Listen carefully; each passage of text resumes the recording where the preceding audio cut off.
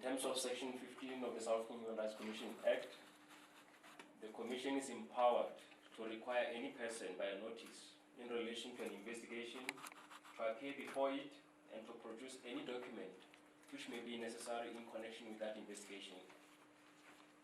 The parties we've invited since the commencement of this process have a substantial and direct interest in the subject matter of the inquiry.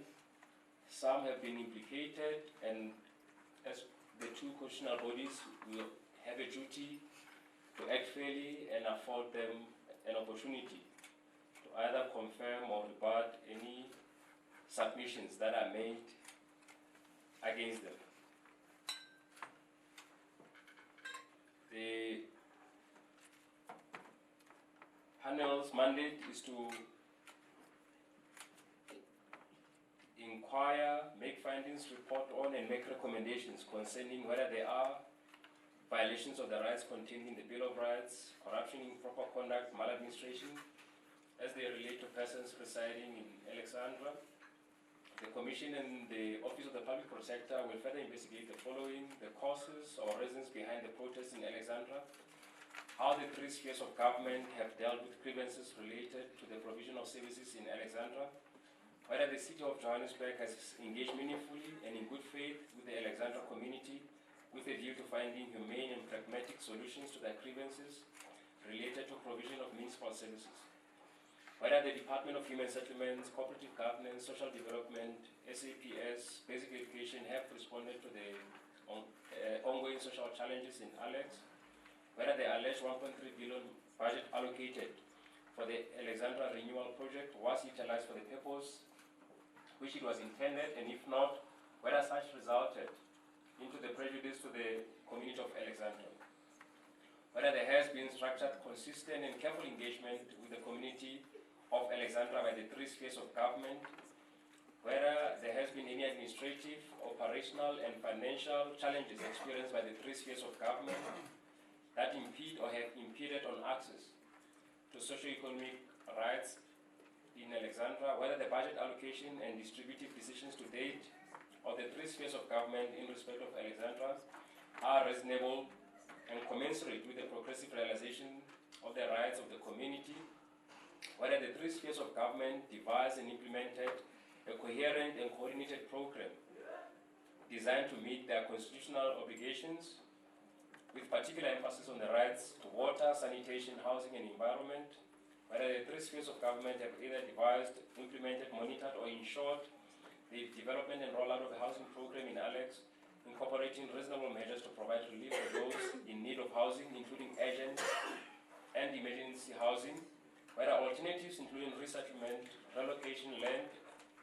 and or stand allocation have been developed to ensure access to adequate housing for the Alexandra community over time, and lastly, the adequacy of policing in the community of Alexandra, specifically as it impacts vulnerable and marginalized persons, with particular reference to women, children, persons with disabilities, for non-nationals and the LGBTQI community. The Commission will receive both written and oral submissions from identified and interested parties for the purposes of this inquiry. The terms of reference provide the framework for the inquiry and may not be materially amended unless specifically approved by the Commission and the Office of the Public Protector. Parties may be legally represented, but oral submissions must be made by the parties themselves. This is an inquisitorial process. The members of the panel will direct questions to the witnesses and or participants. The inquiry panel has determined that these proceedings should be open to members of the public, including the media, having regard to the public interest nature of this matter or inquiry, the constitutional obligations of both the Public Protector and the Human Rights Commission to observe the principles of accountability, openness, and transparency.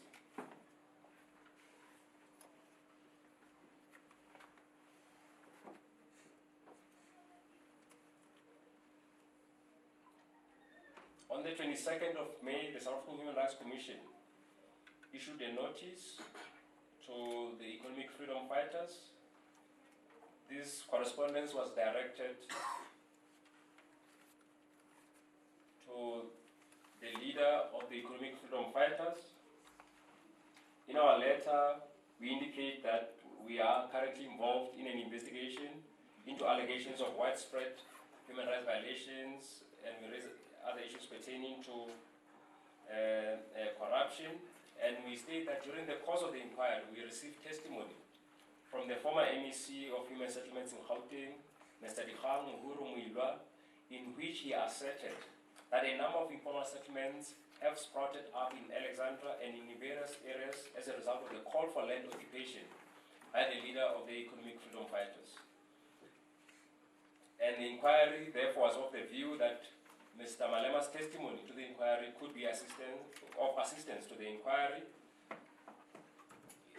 He was duly notified to appear before this inquiry today to provide oral and written submissions and answer questions posed by the panel, particularly with regard to EFF's position on land occupation in general and Alexandra in particular, and any information that Mr. Malema and the economic freedom fighters may have relating to the Alexandra renewal project.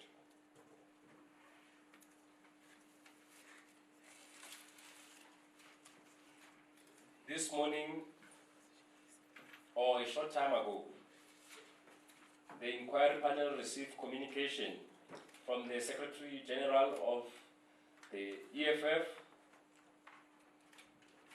in which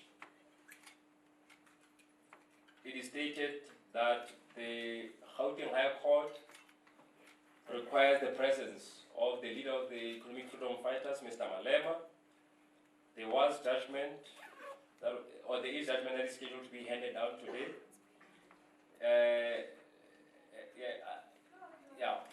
There is judgment that is regarding the judgment. There is judgment that is scheduled to be handed out today, or it may have already been handed down. And as such, the EFF CIC or leader offered a non-conditional apology for not coming today, and he has expressed his willingness to partake in this process should the Commission feel that the information that will be shared today with the Commission is inadequate. And on the basis of that, the Commander-in-Chief of the EFF has asked the provincial chairperson to deliver a written submission that he was going to deliver today, and he has also tasked other national leaders who are with the provincial chairperson to also represent the EFF national leadership, as the Commission is seeking clarity and explanation on their posture on land in general, land occupation in general, and in Alexandra in particular. So it is on that basis that those present here today, you are not seeing the leader of the EFF, and we'll continue with this process. We have accepted their apology, and we'll continue with the inquiry and take the oral submissions from the leader of the EFF in Gauteng and members of the Central Command team. You will be given an opportunity to take us through your oral submissions, and after which the panel will ask questions. And we will now allow you to do that. Please introduce your team and take us through your oral submission. Thank you. Thank you very much for the introduction and the details. My name is Mandisa Mashego, I'm the Provincial Chairperson for the Economic Freedom Fighters in Gauteng. I am accompanied by the National Spokesperson, Dr. Mbuyiseni Ndlozi, National Spokesperson for the EFF, as well as the Regional Chairperson for the Economic Freedom Fighters in Johannesburg region, where Alexandra is obviously located. And then we also have our lawyer, our internal head of legal. Thank you. You may proceed. Yes, thanks. Firstly, let me also accept, rather, your generosity in accepting the President's apology. but state that additionally, because the situation of Alexandra, which is a decade-old situation of socio-economic deprivation, is a Gauteng situation. We also believe that even if the president were to appear, he would have appreciated, to be accompanied by ourselves so that we can provide clarity where needed on practical issues, because we are on the ground and deal with the day-to-day realities of the citizens of Gauteng, especially areas like Alexandra that are considered primary constituencies for the EFF. And so it is in that context that we make this submission.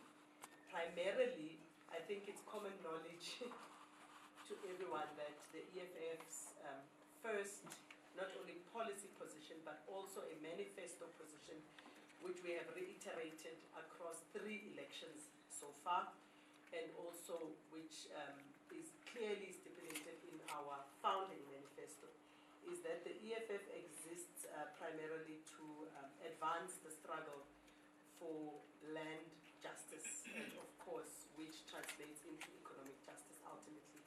Why do I say that? Because our first policy position is that land in South Africa must be expropriated without compensation for the purposes of redistributing it equitably to the people of South Africa.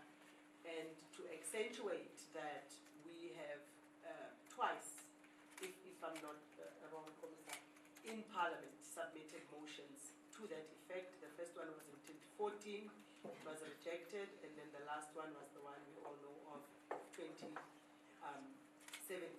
which was eventually, or early 2018, which was eventually adopted as a resolution of Parliament and widely and led to the countrywide public participation process, which we all know of, and the establishment of the Constitutional Review Committee of Parliament, which is still seized with that task. And therefore, it is in that context that we will make our submissions on the Alexandra situation, with the backdrop of the land dispossession history of South Africa, which started officially on the 3rd of April 1652 with the arrival, the unwelcome arrival of Jan van Riebeeck. And so it is in that context and related matters that we will be making submissions. And of course, we also note that the Commission would have liked the President to comment on the EFF's assertions, or his own assertions as well, on the Alexandra Renewal Project. We will subject ourselves to your line of questioning in relation to that, to the best of our ability. And of course, lastly, I will confer with colleagues and of course the leadership of the EFF sitting with me, and of course our legal representative, when I deem it fit to do so. If I can get your indulgence on that, please. Thank you. Thank you.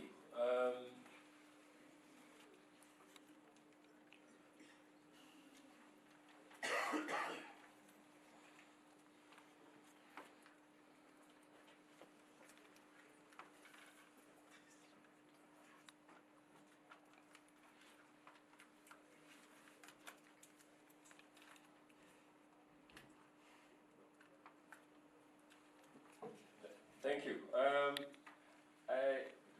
earlier read out correspondence that was transmitted to the Secretary General of the EFF, Mr. Godrich Kadi, and I have not had a response from an official response from the EFF to that. Former MEC for Human Settlements, Mr. Dikgang Hurumila, appeared before this commission and made several allegations. And we are enjoined by the Constitution, rules of natural justice, to act fairly and to afford those who are implicated an opportunity to either confirm or rebut assertions or allegations or submissions that are made or which implicate them. And the assertion of the MEC was that informal settlements in Alexandra have sprouted up rights and in various areas as a result of the call for land occupation by the leader of the EFF. Can we get a response to that from the EFF? Thank you. Yeah, well, I think it's a well-known fact that Alexandra dates back to around the early 1900s. And when it was established, it was not a classified a formal settlement in any particular way, except for the fact that it was a farm that was owned by some white person. I'll remember the name and mention it. And due to the influx of, I think you understand the labor environment and the migrant history of South Africa in relation to the gold activity around the time. So due to the influx of people and also obviously some of the colonial apartheid actions that were deliberate, where the governments of the day would fetch black people from coastal areas and surrounding areas to Johannesburg to bring them purely for slave labor purposes. Alexandra was one of the areas that became populated, particularly so that people are in close, black people are in close proximity to their sort of places of work. And it is with that history in mind that we all know how Alexandra was established, and that Alexandra did not even receive, as far back as 1904 up to 1982, Alexandra was not considered a formal settlement. However, there were black people there. So that would be my response to Mr. Moyiloa's comments, which obviously I must take your word for it. I did not actually hear him make them, but I can believe that he made them because he was the MEC for human settlements for a short time in the legislature. And with all due respect, he was not exactly the most diligent and competent guy. But nonetheless, he has proven that because he seems to be the only person who doesn't know that Alexandra was only declared as a formal residential area in 1982. Between 1904, when it was supposedly started to be established, when people settled on a farm which at the time was supposedly allocated to the name that I'm going to mention to you. And that's common purpose, it's historical knowledge. Therefore, my question is, in return, as a closing point on that question, on what grounds would Mr. Moyiloa say what he said when there was a population between 70 and I think 100,000 that grew in Alexandra from 1904 to 1982? How were those people classified to have been living in Alexandra? Were they legally settled?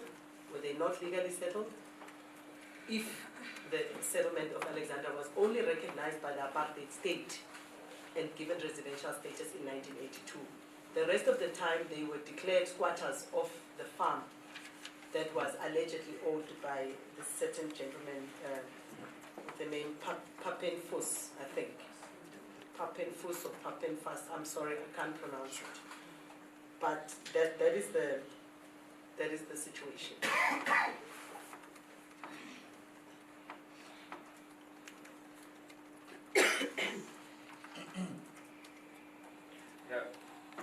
Can you read into record your excerpts from your founding manifesto that talk to the issue of land justice? I will have to, our founding manifesto is quite in-depth. You'll have to give me a few minutes to find it and then read it for you, because obviously I understand it, but I do not memorize every page. Yes, so we'll find it and then read whilst your colleagues are assisting to find it, yeah. Can you address us on the recent demolitions in Alex? The EFF was at the forefront on the entire weekend from Friday. Yeah. Subsequent to the demolitions. Yes. What was the level of involvement of EFF, and what do you make of the demolitions? Yeah. I personally received a call early in the morning, around 8 o'clock, between 8 and 9. I could be wrong. I have to check my phone record. from a resident of that particular section where the illegal demolitions and evictions happened, from a female resident of the area who was basically in tears and asking that I intervene as the chairperson because she could not find other leaders locally, or she didn't have their numbers. And when I asked her why, she said no, there were red ants, thousands of red ants that had descended on the area, accompanied by the police and the JNPD, as well as some other private security company. I don't remember the name. She then said that, I then asked her what exactly is happening. Bear in mind, we get a lot of calls like that. We, as the EFF, and we do go and get involved to try and offer some kind of support to the victims. And so it wasn't necessarily like a strange call for me to receive it. So she asked that we must intervene because they are under siege. Their houses are being demolished with TLBs. I think it was one TLB and two other demolition vehicles. I can't remember what she called them. And that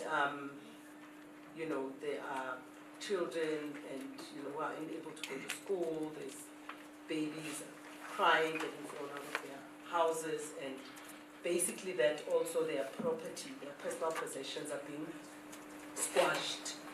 And that they were not given a chance to collect anything. It was basically a nightmarish situation, the way she described it, that they first witnessed a formal, parade by the police and the JNPD officers along the road that is part of Marlborough Gardens. And immediately after the parade was finished, the actual demolition started with about, they said it was almost 2,000 red ants, who then ran into houses and started shouting that everybody must leave, and they started beating people up and all sorts of chaos and mayhem, and the police started shooting randomly, and the demolishing started. What she described was basically a nightmarish situation. I was not able to respond to her immediately.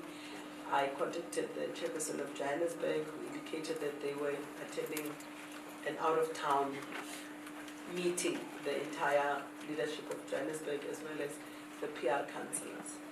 So we couldn't find anyone immediate. I then instructed the provincial secretary, as is our organizational process, to either himself drop whatever he was doing and rush to Alexandra, or find anyone else nearby branches, because if you don't have the immediate leadership of the region, then the next level are the branch command team members of the local wards. And of course, bearing in mind it was during the week, we couldn't find branch leaders to go because our branch members are volunteers and they have their own jobs and careers and they cannot be readily available. So it is with that background that we then sent the provincial secretary there, and I then later joined him. I don't know if you wanted to continue. Yes. Okay. And then when he arrived there, I had to conclude some other urgent tasks I had. I then asked him to let me know if he thinks I should come through as well, or whether he would be okay with the ward and whoever else, any other fighters that we would find. And when he arrived there, he called immediately and said that I think you should come through because the situation is dire. And I then said to him, well, in the meantime, before I get there, please talk to the most senior people who are there from the JNPD, which is the Johannesburg Metro Police Department, as well as the South African Police Service officials who are there, and ask them to give you at least an eviction court order. Because in my experience and in our experience, that kind of, I need to state a disclaimer that the demolition itself was illegal and, of course, grossly inhumane and not even in line with procedures of even a legal court order for evictions. Nonetheless, they couldn't give it to him. I then asked him to contact the South African Police Service Provincial Commission, which is something we normally do when we have a crisis. And then asked him to also contact the head of JMPD, which is something he did. He could not get hold of the Provincial Police Commissioner. I also couldn't get hold of the Provincial Police Commissioner because I then remembered that I actually had the previous Police Commissioner, Delanga, who was removed without any reasonable explanation by the ANC and replaced with a man. Delanga was a female, as you would note, and she was always very helpful to us, and that's why I always had her cell number.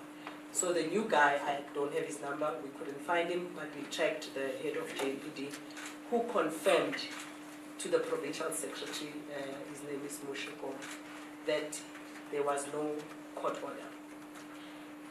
I then said to him, okay, that's fine, let's see what else we can do. I then attempted to contact the mayor of Johannesburg, who didn't answer his phone, and I then later learned that he was out of town attending his daughter's graduation in the US. I then tried to contact the MMC to verify what the provincial secretary told me.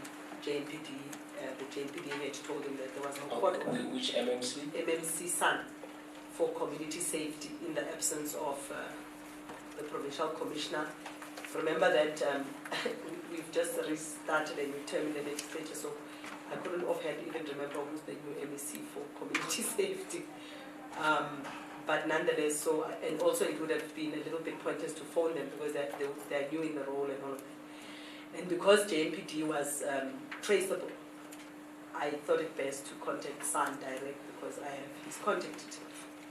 And I then asked him, there's this situation, can you confirm that your officers are there legally according to process?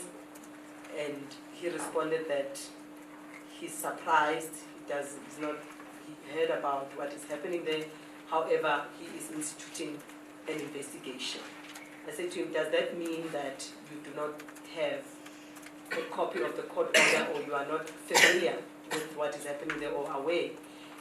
And he didn't respond, but just reiterated they are instituting an urgent investigation into the matter. I then arrived in Alexandra eventually, couldn't get into the area because of the police blockade, and then I had to come back again and eventually got to the area. When I got to the area, the actual physical demolishing had just ended, and we then decided to call an urgent community meeting of all residents that were available so that they could give us a brief on what had transpired prior to our arrival there, and also to explain to us any other information that we needed. Clarify whether they had been served with a court order, whether they had been informed prior to that day, the Friday, 31st May, about their structures being demolished and then being evicted, etc., and all other technical information which we could only get from the residents. We called the community meeting in the same location in an open space because the area is informal, it doesn't have facilities like community halls, etc. And while we were still busy addressing, and bear in mind I'm a member of the provincial legislature and so is the provincial secretary. And therefore, we also have additional rights and privileges when it comes to representing constituencies in terms of calling meetings, etc. It's part of our constituency responsibilities, in fact, as members of the provincial legislature. So when we had convened the meeting and we gathered whoever was physically there, because remember other residents had gone to work, because this started at 8, so they had long gone to work. So who we could collect, we started addressing. Hardly 5 minutes after we started, I was addressing the meeting with the secretary next to me. And then rubber bullets started charging at us and the police vehicles. One was an Inyala, I think. I don't know the difference between the Inyala and the other bigger one. It started approaching us and they started shooting with rubber bullets. Mainly it was the South African Police Service officers, and I can't remember what the JMPD officers were doing at the time. You must understand that that situation is an abnormal situation. and it's a highly charged situation, so I may not remember everything as it happened. Nonetheless, when they started shooting, I started going towards the police vehicle. And the community said, no, I must run away because they will not. So I said, no, they can't shoot at me. I'm a public representative. And I'm a leader of a political party. And I have every right to address the community. They may not point guns at me while I'm doing my work. And the community said, no, you have to run. And even as that conversation was happening, they were coming closer towards us and shooting. And one police officer was particularly aimed at me. Some of the community members were taking videos. So there's a lot of video footage. Some of it we have, some we don't have. But those people who could take a video were taking videos. We then started running and into the structures, the houses in between. Then we ran as far back as possible to go in between the houses. And of course, then the meeting was not happening anymore. And we fell, and some people got shot. Women got shot again. Remember, this is, as far as I remember, probably the second time now the police started shooting since they started the demolition. Without warning, without any consideration for the fact that it was evident that we were in a meeting. And in fact, I could go as far as saying, I think it was a deliberate effort to actually even undermine our presence there, because some of those police officers know us from just engagements in the province. You would know that in 2014, we were assaulted by the TRT inside the legislature as EFF MPLs when the ANC speaker was refusing us to attend our work in overalls, etc. So we have an experience with the police, officially, which dates back to 2014, of a lot of violence. And Alex was not the first, not the second, not the third. We've had lots of incidents of being shot at by the police while addressing community meetings. And therefore, even though the experience was traumatic, but it was kind of like something that we've grown used to. And so we ran in between the houses for safety. And when it sounded like the shooting had stopped, we came out. Everybody basically came out to try to reconvene the community meeting. And I then instructed the provincial secretary to reconvene everybody and say, we are not going to be threatened by the police. We have to have this community meeting to get the facts of what has happened between 8 in the morning and at the time. So we have to have the meeting, there's no other way. So he must convene the people, and I will go to the police and approach them and ask them to refer me to the most senior officer on the scene, which is what we normally do. I then did that. A few community members and some fighters who were there also helping accompanied me to one of the officers whose name I don't know because he was not wearing a badge as he's supposed to. Majority of them were not wearing their badges, so we couldn't get their names. I then approached him and I said, please take me to the most senior officer because I need to understand the procedures and all of everything that is happening, and also why you are shooting at us. And then he then said he would take me to the senior person there. And we started walking up the road. And at the time, the situation was still charged. So some of the police officers and the JNPD officers were still demonstrating a lot of aggression towards us. But I said, no, I need to have a conversation with this person, so let's find him. And we then started walking up the road towards the person whom he was going to refer me to. And when we got to about, let's say, maybe 100 meters from where I started talking to him, and he was pointing at one of the police officers to say, this is the gentleman. Another police officer came, whose name I don't know, he was not wearing a badge, charging towards me with I think it's a rubber bullet gun, those long guns. Pointed directly at me and said, I'll kill you if you move one step further. I then said to him, because now it's this gentleman in front of me, it's the one who is accompanying me, there's the one that I'm assuming I'm being taken to as the senior officer, and a few other police officers. And when this man shouted that he will kill me if I make one more step closer, the community and the fighters who were accompanying us started, basically becoming extremely emotional and started shouting at him about the comment and all of that. And I eventually never got to meet the most senior officer. But the intention was to ask him to show us the eviction order, court order, and then explain why the shooting, etc., etc. But that conversation never happened. Everything degenerated. We ended up having an altercation with the police. This one was eventually pushed away by the community, the one who was making threats of shooting and killing. And the police started pretending to be leaving the scene. They all started getting into their cars because the community came back charging. More community members started coming. And the whole situation broke into mayhem, and the police got into their cars pretending to be leaving, but we later discovered that they were not leaving. They went down the road, came back again, regrouped, started shooting, and the entire experience was just running, getting shot at, trying to reconvene, no conversation with the police. And that's essentially the characterization of that day. Thank you. I know my fellow panel members have their own questions, but before they ask you questions, specifically the recent demolitions, can you read out the excerpts from your founding manifesto? Thank you. Under Section 33 of the EFF's founding manifesto, it reads as follows. Therefore, the EFF will be involved in mass movements. I don't know if I should, let me read the one before, because it starts with it. Thank you, Kumsa. Economic freedom fighters will contest political power because we are guided by the firm belief that we need political power in order to capture the state and then transform the economy for the emancipation of black South Africans, especially Africans.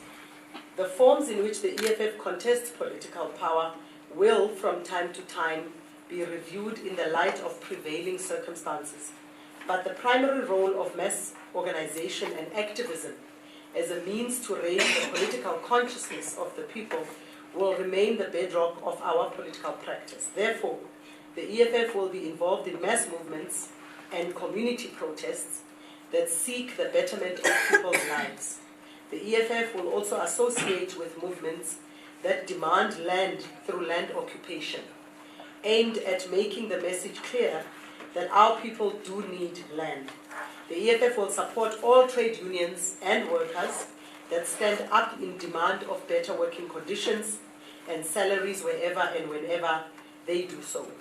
The EFF will not be bound by narrow alliance loyalties that compromise the interests of workers just because they are in a different trade union. Our pursuit of the basic demands of the Freedom Charter is above forms of organization that the working class and indeed black people may fashion in the course of struggles. In other words, alliances and other forms of organization are relevant to the extent that they maximize our march towards realizing the vision outlined in the Freedom Charter. Thank you. The key thing that came out for, I think, was demand land through land occupation. That's correct, right? Yes. Okay. Yes. No, thank you. Okay, I thought you wanted to add something. I'll now allow panel members to ask their questions, and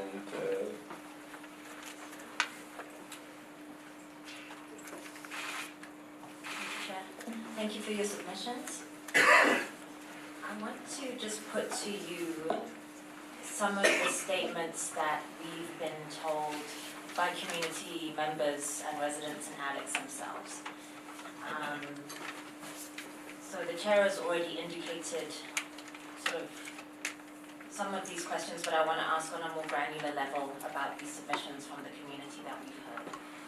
So residents of Alex have submitted to us as a commission that EFF members who are resident or active in Alexandra Township are on a daily basis encouraging people to occupy land in Alex, and that occupation is perceived by those residents to be compounding factors that create human rights infringements.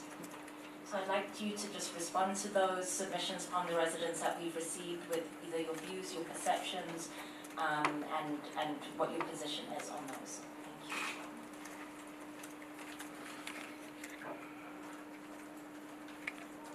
Thank you. Okay, thank you. I think we've stated already, without any contradiction, that land occupation is an EFF program.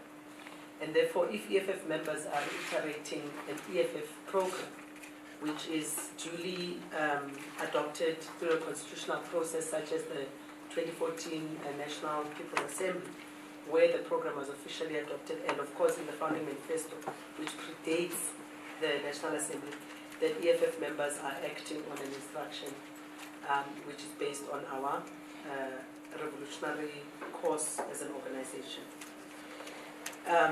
I want to just add a little bit more clarity there, because I'm assuming you wanted me to confirm that if community members or EFF members are pursuing programs to occupy land, they are not doing it out of their own arbitrary, prerogative, but because the EFF program is as it is.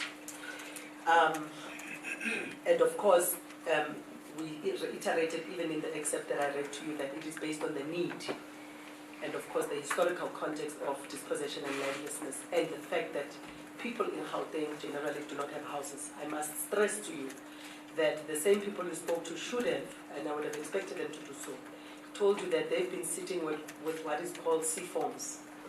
C-forms is a form that you receive from the Department of Human Settlements or through the province and the municipality working together when you apply for a house because you cannot afford to get a bond or you do not qualify for a bond. And so they've been sitting with these C-forms, majority of them since 1996 to date, and remain homeless and live in shacks, in backyards and all of that. As you know, majority Alex homes are actually informal, because the majority of the actual households in Alexandra are living in informal dwellings known as shacks inside yards under extremely squashed conditions, even on street pavements.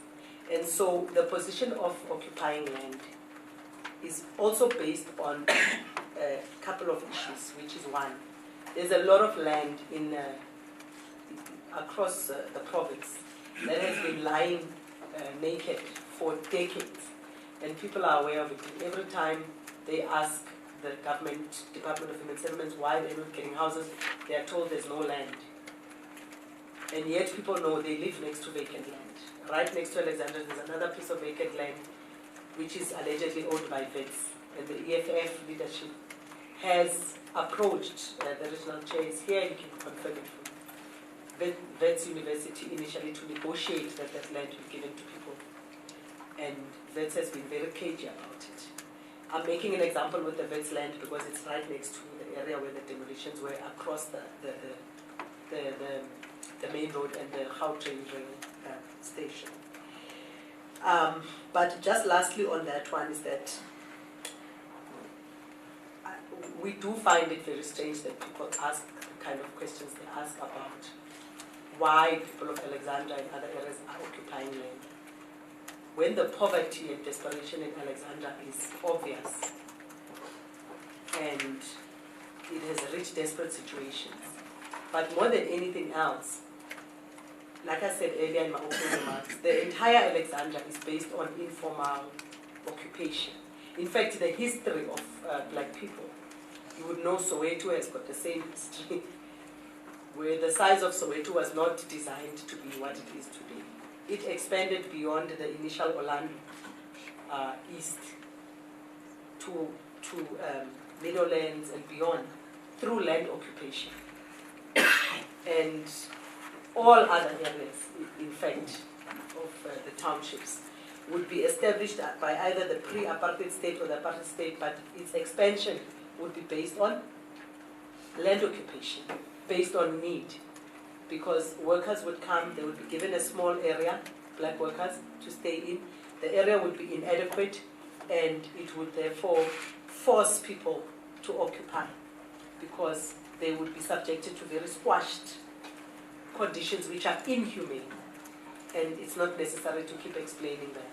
But we find that we always have to explain that black people are living under inhumane conditions. And we don't understand why we have to explain that, because everyone knows what an inhumane condition is. But I also wanted to add finally in response to your question that, and also add on to my initial inputs posed by the chair, that the situation on Friday was so desperate, like I said. People's possessions were squashed and demolished and destroyed and even stolen by the Red Ants, by the way, and I'm sure they told you that, the community. That we had to organize from all sorts of people in society that could help us, blankets, food. We even had to force the municipality to also ask the disaster relief division of the metro, of Johannesburg Metro, to bring tents, just so that people can have basic shelter and all of that. Why am I raising it now under the context of the question? Because the people there are extremely poor. Unlike maybe you and I, if I find myself with my house demolished, I might be able to go and live with my sister. She might come and pick me up in her car. The people there don't have those kinds of, they come from generational poverty. So when their house is demolished and their personal possessions, their clothes, food, the last bit of food they had, they live from hand to mouth. Those are people who earn between 1,500 and 2,000 a month if they're lucky. So they don't have excess food, they don't have excess savings, they don't have anything else, they live from hand to mouth.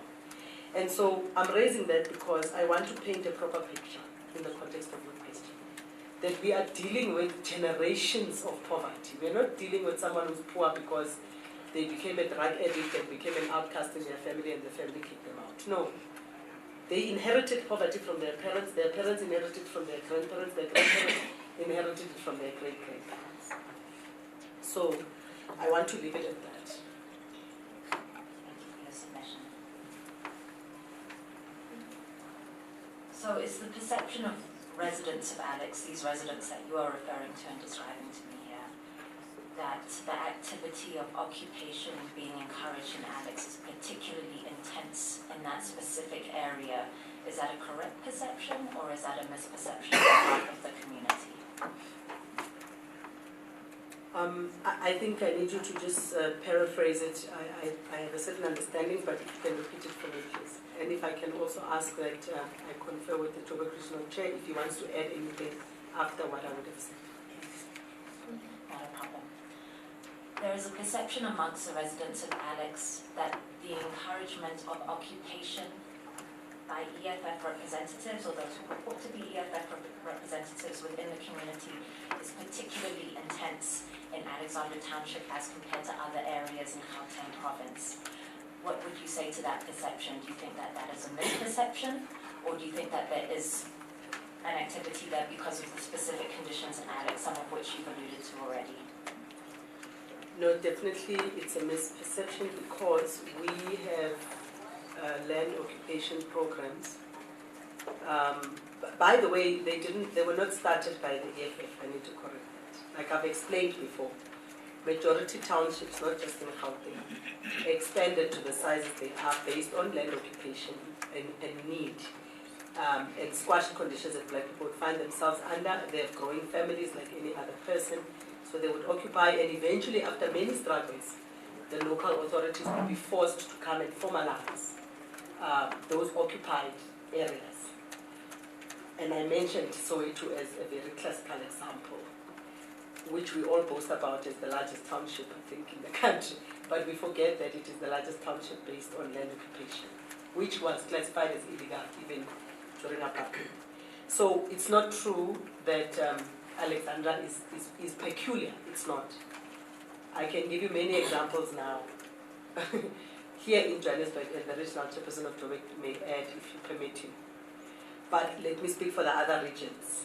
There's 5 regions in the province, made up of 11 municipalities, 2 of whom are districts, so in reality, 9 geographic municipalities. And across all those municipalities, there are land occupation programs. By the way, not only led by the EFF, led by community organizations who often establish steering committees, led even by members of and leaders from the African National Congress. And I say that boldly because I've addressed community meetings before where we have occupied land and led land occupation, and there were ANC members there. One such example is in Ward 5 in Johannesburg, in Orange Farm, where I addressed the community, and when I arrived, EFF members were very agitated and saying, "You can't address ANC members." And I said, "No, I'm a member of provincial legislature. I may not discriminate against communities and constituencies based on their political party affiliation." And there was a leader, a local leader of the ANC, who addressed the meeting before me. Me and him were standing together at the back of the park, where there was occupation in that area. And the occupation has now been formalized. There's also another one, I can give you an example, in an area now known as Jovijo, in Ward 122 or 121, Lenasia South, where again we had to go and intervene because there was a similar situation of demolition, but there they demolished informal settlements. The point I'm making is that in that occupation, there were SANCO representatives, there were ANC representatives, there were community members who had formed a steering committee alongside the EFF, and we worked together with them. Why? The excerpt I read for you in the Founding Manifesto says, we will not limit ourselves to people's organizational formations. We will do our work and pursue our cause on the basis of the needs of primarily African populations in this country that are finding themselves in dire situations.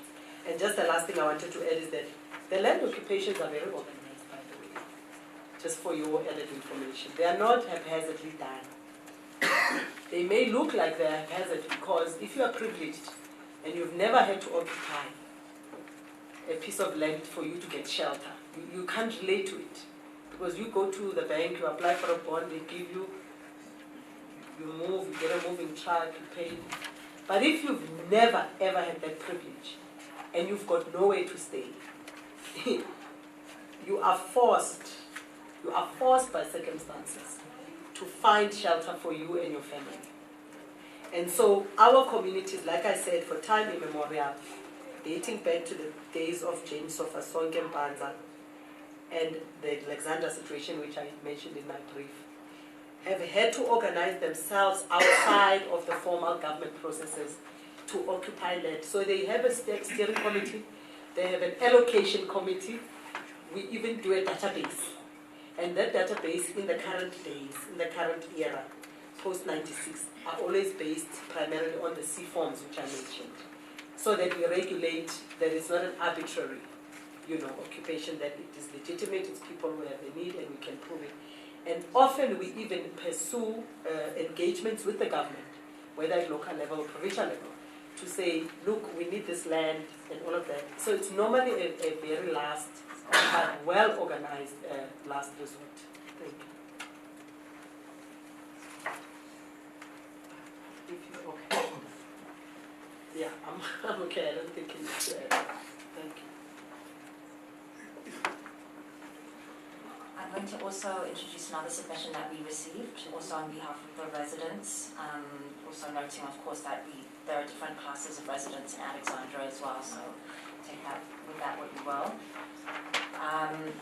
During our inspection in Alex, there were submissions made to us that one of the underlying causes of the lack of bylaw enforcement is a byproduct of the City of Johannesburg's inability to resolve political tensions arising out of the coalition in local government, which is made up of the Democratic Alliance and the Economic Freedom Fighters. Specifically, that the EFF is pro-land occupation and its coalition partner, the DA, therefore tolerates or turns a blind eye to illegal occupations in Alexandra.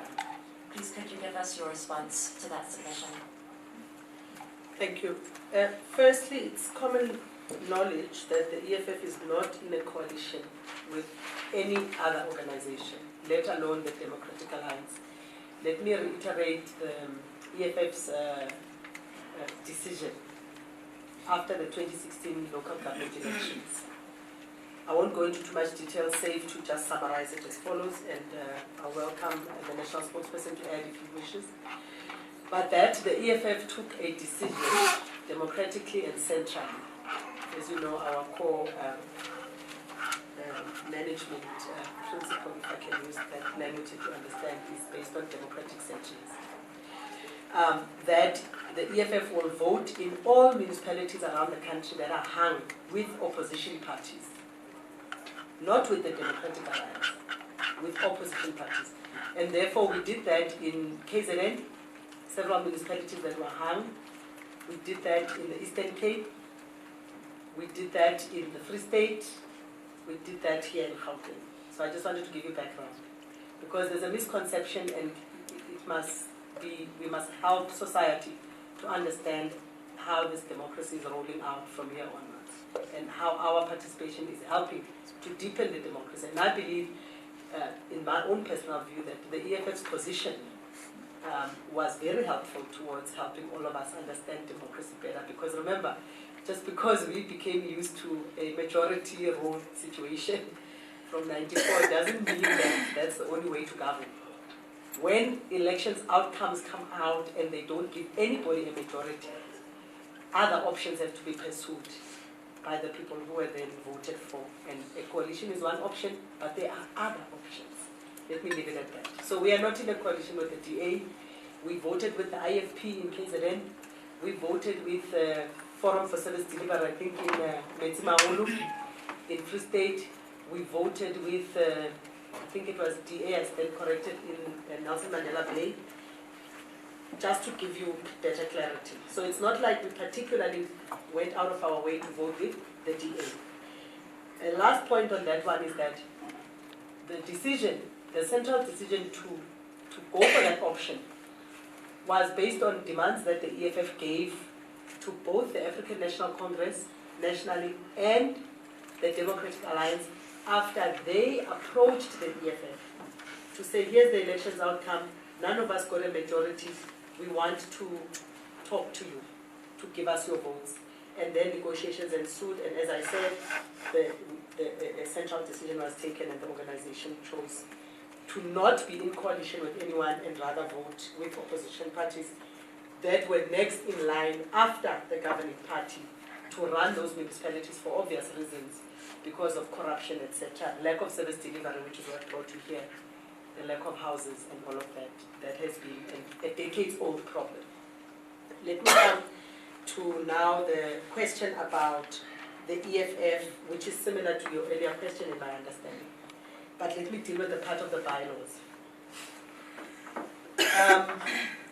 It would be,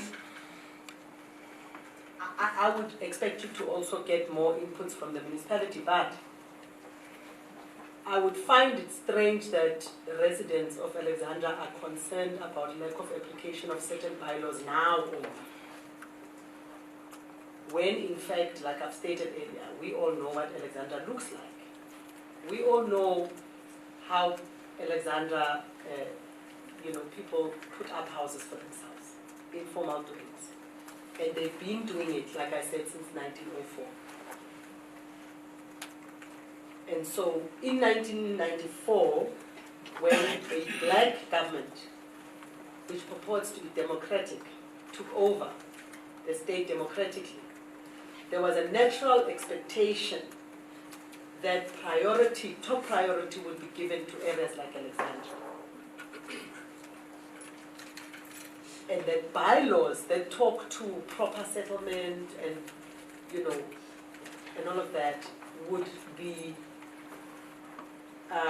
one, amended, adjusted accordingly, because remember, bylaws were not always suitable for black communities. They were always designed to benefit white communities, Indian communities, and then colored communities to another extent, according to what you know as the Separate Development Act and the discriminatory, racial discrimination of how to beneficiate communities in a sliding scale, with whites being number one and coloreds or Indians being number two.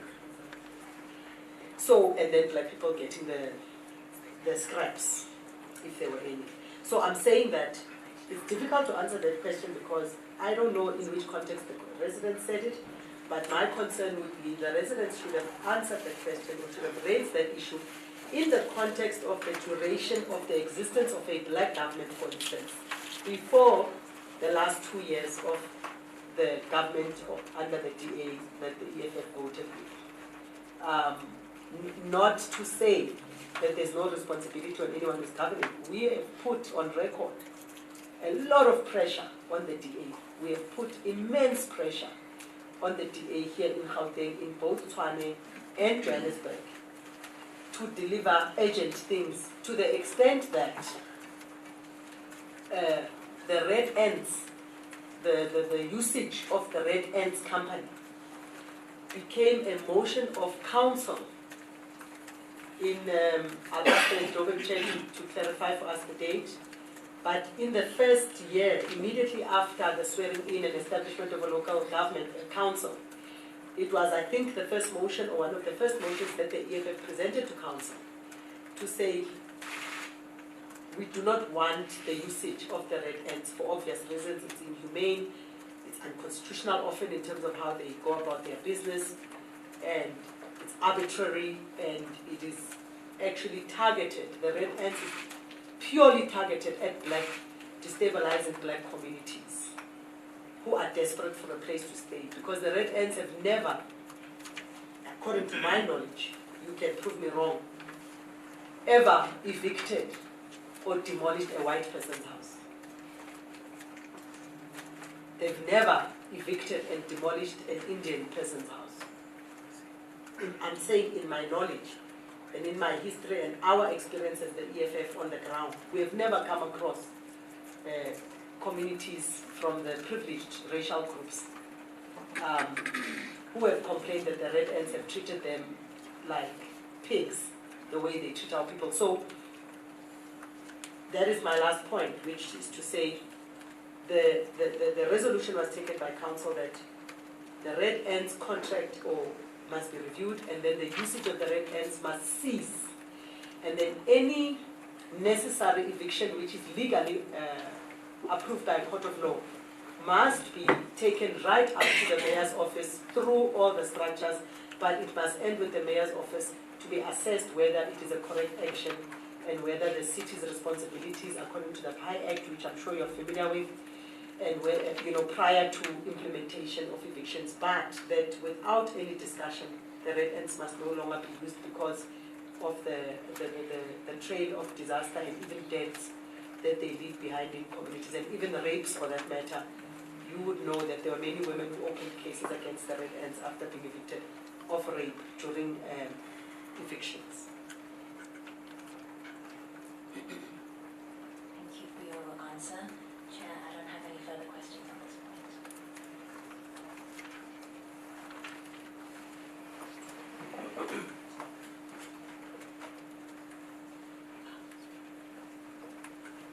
Thank you very much for your submissions. I just want to pick up on the last point that you have made about the EFF's experience on the ground so far as evictions are concerned and the conduct of the Red Ants in particular. And I just want you to reflect on your experiences over the past weekend as a result of the evictions in Alex, and perhaps also draw on your experience in other areas where community members have been evicted after having occupied land, quote-unquote, illegally. Is the EFF perhaps considering going back to the drawing board and reconsidering how it calls for land occupation in line with the manifesto you read out to us? I say this because as much as, yes, we recognize that there is a need for redistribution of land in South Africa, the way in which it has been done in the past under the ruling party, and most recently with the advent of the EFF having called for land occupations, the response of the state is always an aggressive one to land occupation. And what I want you to consider, and what I'm asking you is, with that experience in mind, is the EFF now thinking perhaps instead of just outright calling for occupation of land, perhaps there needs to be more tact in that request? Because the ultimate people who suffer as a result of those calls are poor, marginalized people. You said it yourself that you saw people's property being destroyed, theft of property, people being shot at. All of these were poor black people who your party says it advocates for. So in light of that, is the EFF reconsidering how it calls for land occupation? Firstly, I'm not authorized to make decisions on the EFF in a setting such as this one and as an individual. The EFF takes its decisions in constitutional settings. And one such setting is coming up later this year, which is the National People's Assembly, which is our national conference, in your understanding, call our conferences assemblies. So I cannot answer that question. Only delegates representing branches of the EFF duly elected in branch people's assemblies and who have duly convened in a conference can take such a decision or review anything. So I cannot answer the question. But I want to address the comment that, as part of the question, that because the state always responds with aggression, are we considering, and I've already answered the first part, the former aspect of your question. It is extremely worrying that you would even ask such a question with all due respect. And through the chairperson, I must register my disappointment for that question. Because I believe that if you are representing the Human Rights Commission, you should always ask your questions or engage us from the point of view of human rights, not from the point of view of the aggressor, who then violates human rights. It's like asking me if I get raped, what would I do to avoid getting raped? There's no other way I can answer you, because I'll be very long-winded if I have to properly answer you. But I want to draw a parallel for you, and I'm happy you're a female and you're black, because you can relate to the amount of violence that black women are confronted with in South Africa. So I'm making a direct comparison of your question, and then saying that I don't feel that it's necessary for me to answer it on the basis of my interpretation of what you're asking. That when there's an aggressor who has got guns with bullets and vehicles and tear gas and stun grenades and authority given to it, that state, by the people, right? And they come and direct all that violence and aggression and those weapons against the same people who elected them. That the people must be asked what can they do to improve their living conditions, but do it in such a way that they don't invite aggression from the state. I'm worried about that question. It's no different to asking me if I'm raped, like I said. What would I do to avoid the rape?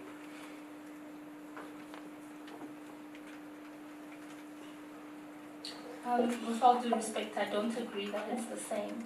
The question I was asking is that you were there in Alex this past weekend when the evictions were happening. You were fired, according to your testimony, with rubber bullets. You saw the panic and mayhem and the trauma visited upon those very people that you were there representing. My question to you was, in light of that experience, because you were there experiencing it on Saturday, but we know for a fact, every year, seasonally, people get evicted. It's a fact. This is the state's modus operandi. Eviction orders are usually executed in the winter months when it's cold. People's properties are thrown out in the street and they're left to suffer alone. You were there this time when people were being evicted. And I'm asking you, in light of that experience, maybe not in your capacity as an EFF member, but in your capacity as someone who experienced that, having seen that and having felt that trauma, would you think it would be appropriate to perhaps even start discussions about perhaps changing tact? I'm not saying you need to account for the aggressor. I'm not saying you need to create ways in which you are not violated, because sometimes that's beyond your control. But in your capacity as someone who went through that, do you think it would be appropriate to start considering it? And also, wearing your hat as a leader in the EFF, when you speak, your words have effect on your listeners. If you call for occupation of land, the assumption is that as a leader you have come up with a plan to ensure that the consequences of that land invasion may be mitigated.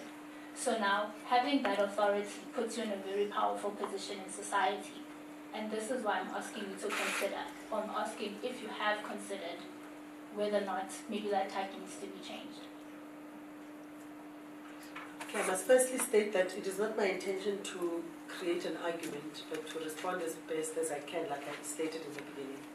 And then reiterate that it's only a conference of the EFF that can take decisions to review positions. But maybe I should add that the excerpt that I read from the founding manifesto is not going to be changed. That I can tell you up front without consulting a conference. Because the founding manifesto of the EFF is a permanent document. It's like a Bible. It will never be changed. It can have additions to it in different forms, like in elections, manifestos, etc., expanded positions, and when we develop policy, etc., etc. But itself, as it were, it will not be changed. So even a conference cannot change the founding manifesto. However, it can make other policy positions. But I've stated that I can't answer that question because I'm not a conference of the EFF. But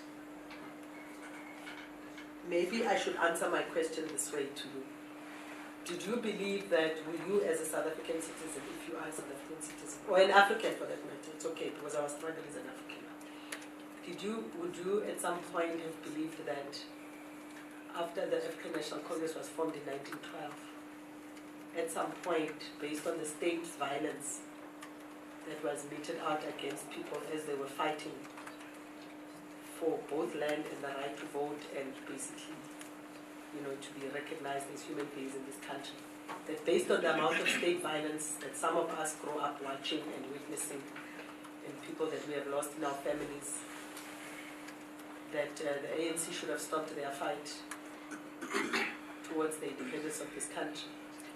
Do you believe that at some point, based on the violence, like I said, the ANC should have stopped their underground tactics, and even further that in 1960 or 63, when the Condoleezza was formed by former President Nelson Mandela through the Lutuli detachment, that they shouldn't have formed the Condoleezza.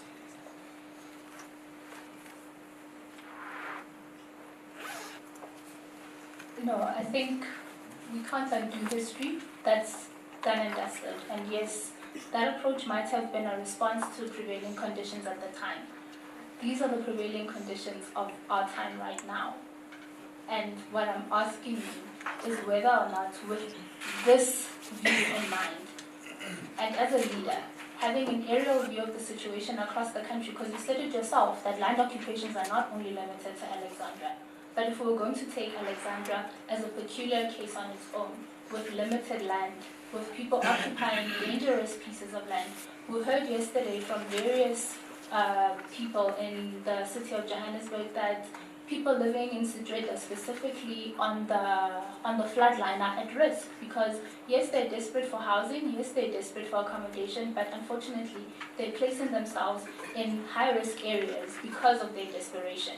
And the question I'm asking you to consider is, in light of that fact, in light of the fact that when you say to people, when you see an empty piece of land, occupy it, you're not qualifying it with, provided it's not on a floodline where you might put your life at risk, because the EFF will not be there to rescue those people when there's a flood.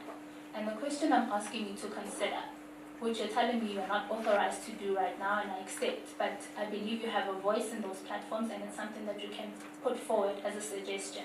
The question I'm asking you to consider is, perhaps in calling for land occupations, we need to be more circumspect about how and where it's done.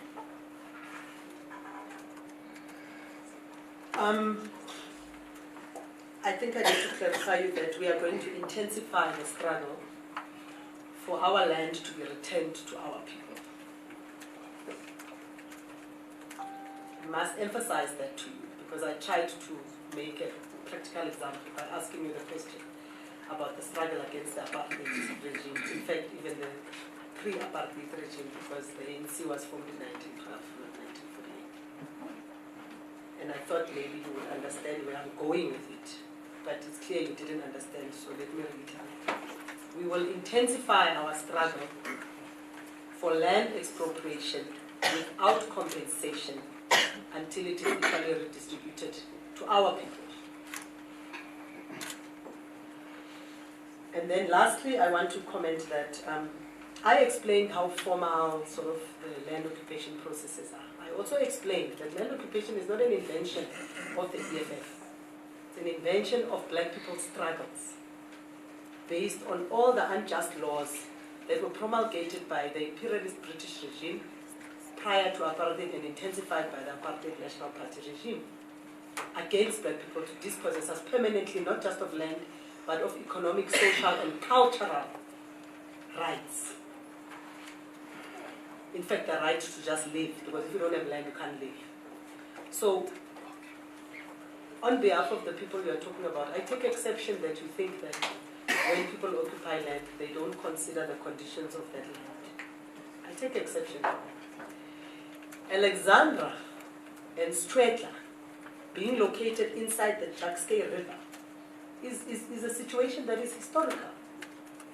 It's not Extension 5 Silvertown occupants who occupied on the river bank for the first time. It's been like that. Maybe you need to go there.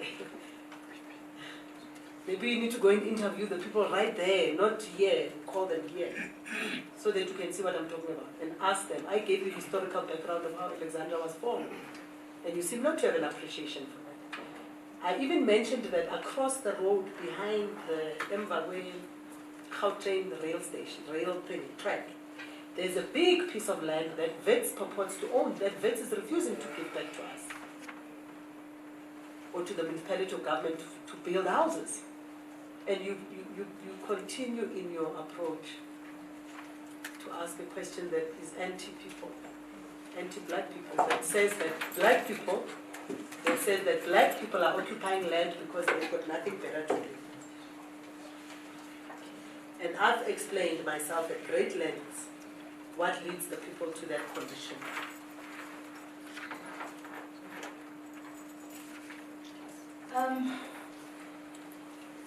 We have been to Silvertown. We've spoken to people there. We know the history and the origins of Silvertown. We know where those people came from, and we know that promises were made to those people which were never fulfilled.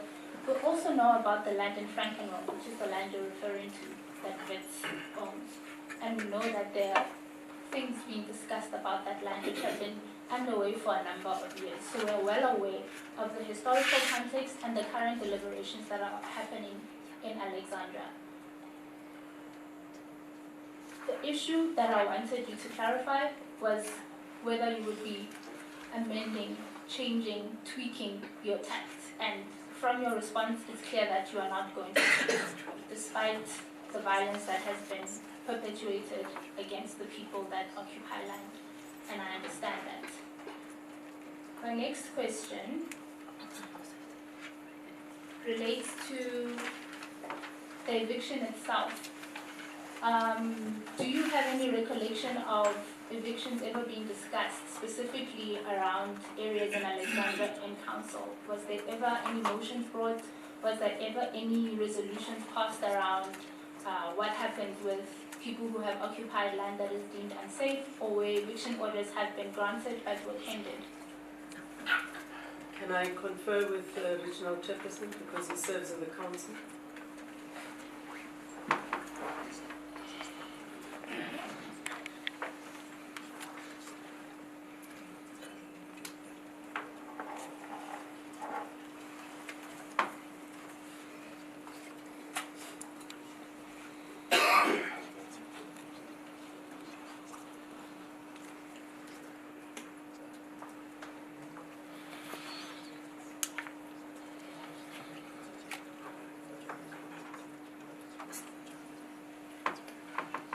Okay, thanks.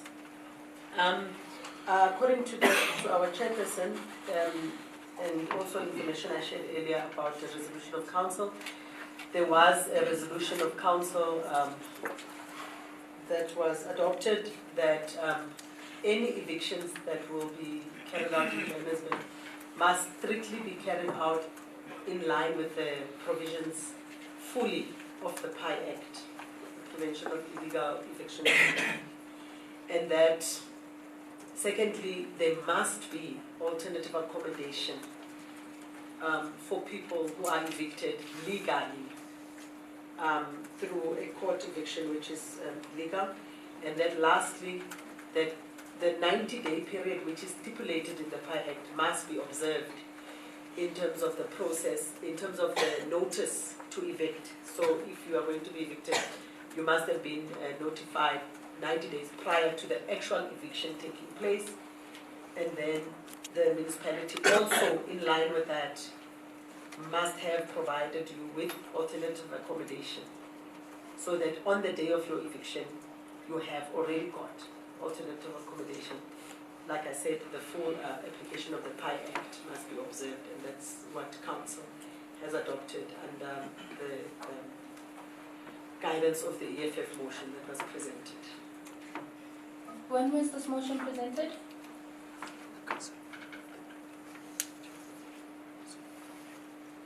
(29 and 30 November 2017) in a council meeting of the City of Johannesburg.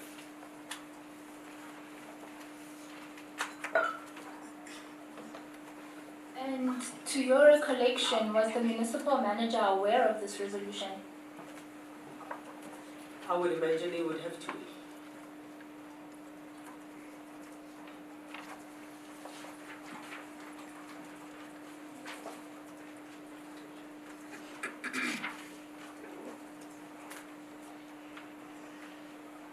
You mentioned earlier that when you went to Alex, you spoke to an official in the JMPD and you wanted to find out whether or not there was a court order authorizing the demolitions of the property. And you said that they couldn't answer you regarding the court order. Did they mention on what authority they were demolishing the properties? No.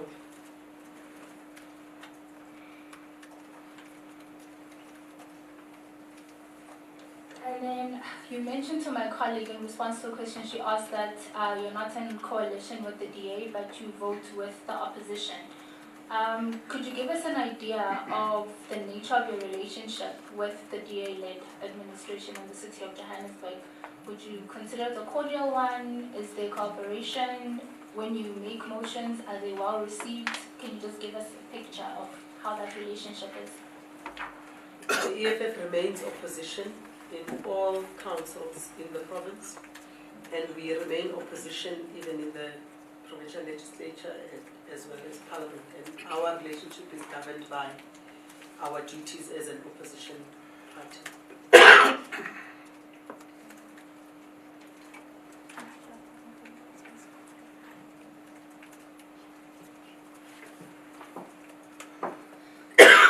Thank you, ma'am, for your submissions.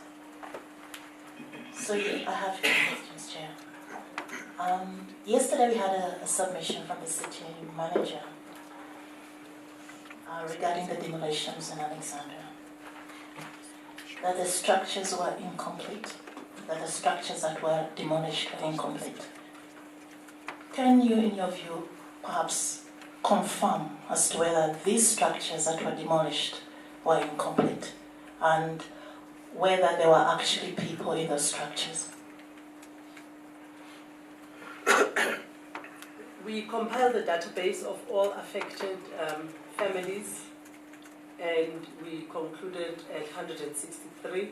We submitted this report to the Public Protector as well as the Human Rights Commission when we lodged our formal complaints on Monday and on Tuesday. And that proves that the structures were not all incomplete. In my recollection, and I stand to be corrected, there were 163 structures. Not 80? No, sorry, no. There were more than 163 structures. Yeah?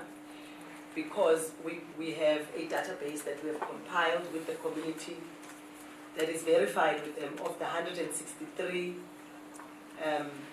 houses that had been occupied already with furniture and everything. Like I mentioned earlier, people lost furniture, fridges, even documents, IDs, etc. We've also written a letter, by the way, I think it was on Friday or Monday morning, we wrote a letter to Home Affairs, asked them to take a mobile truck as urgently as possible to the area, and we are still to hear from the provincial head of Home Affairs to go and make sure that they help the citizens to replace documents and all of that, marriage certificates, IDs, birth certificates, etc. And then, of course, there's the additional crisis of children who have lost school books, and we've got all of that information that we're compiling. And we're doing that with the community as well as one of our PR councillors from Johannesburg who's responsible for that constituency. So it's not true that the structures were not occupied. Some were not. The 163 are the households that we traced.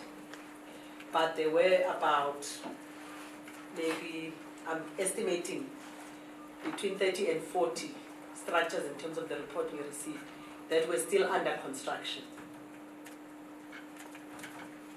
But I confirmed 163 that had a household head.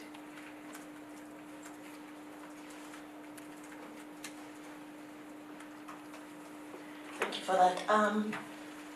Could you, with the lady who made a phone call to you, could you confirm as to whether she ever received a notice for eviction? I can safely say no, but I'm happy to confirm with her because I have her number. I'm happy to officially confirm with her because I didn't officially ask her.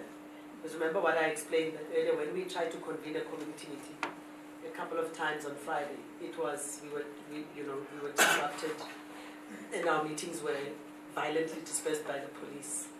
However, we did hold meetings throughout Saturday and Sunday with the community to give feedback on relief assistance and all sorts of things. And we have confirmation that no one from the community, that's why I can confirm that from her, and I'm happy to give you her number, from the caller, the resident who made the call, that she also would not have had notification. Maybe I can add, the only thing that the community told us that comes slightly close to some kind of notification is the fact that they reported that I think within the week, a week prior to the demolitions, there were men who would come now and then into the area, take pictures. They described that there were several white men, and I'm not sure why they emphasized the race, but they mentioned that there were several white men who were not police officers, but because they would come with police officers. And they would also come with other people from around Alexandra that they know, whom they are familiar with, who work at the housing department. And those names we submitted as well to the public protector when we lodged the complaint, and to the Human Rights Commission. That they would come with some employees of the housing department from the municipality who work for sub-region E housing department, to come and walk around, take pictures and leave, and they would approach these people and ask them what's going on, why are you here, and they wouldn't get any coherent response. Thank you for that. My final question. You didn't mention in your oral submission that there was a motion of council that the red ants usage would be reviewed and the contract stopped. I'd like to find out what has happened to that resolution, and with the Private Security Industry Regulatory Authority, have you any knowledge as to whether it has ever investigated the conduct of red ants, not only in Alexandra but in other areas? Can I confer with the Joburg chairperson and party leader there in the metro, just on the first part of the question, please?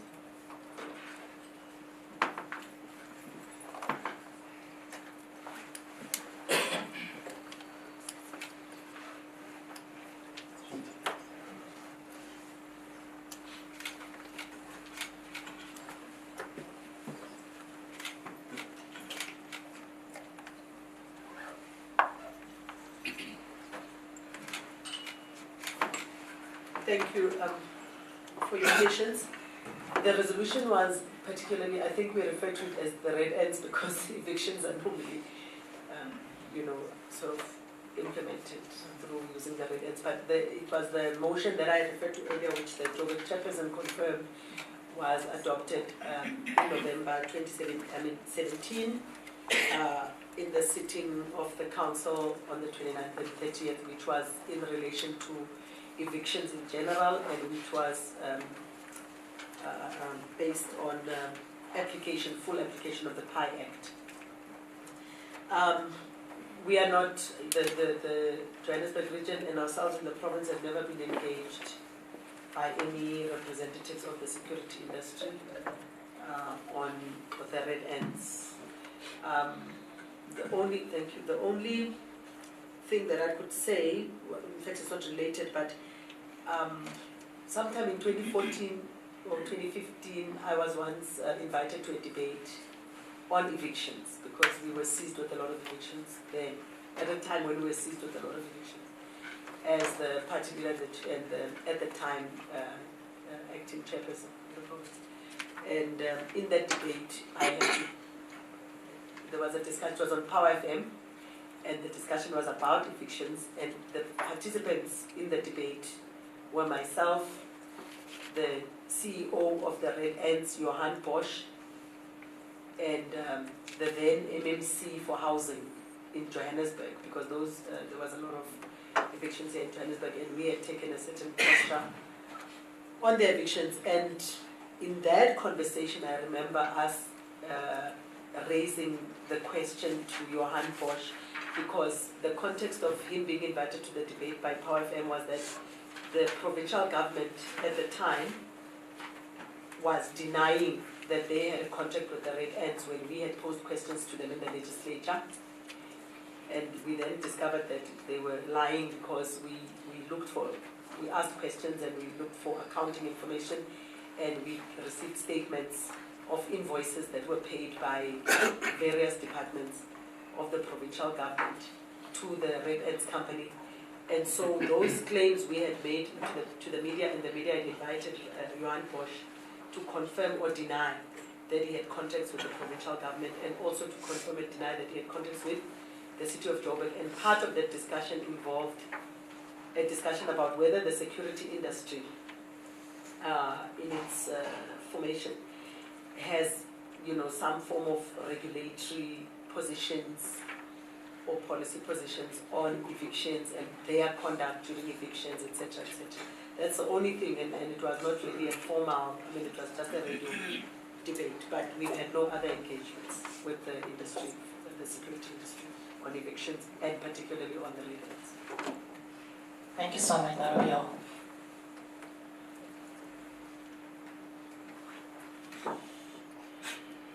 Thanks, Chair.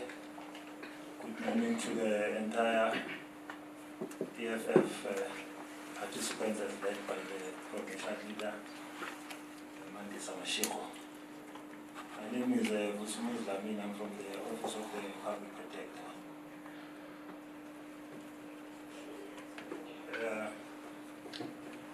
First, I want to just bring to our attention that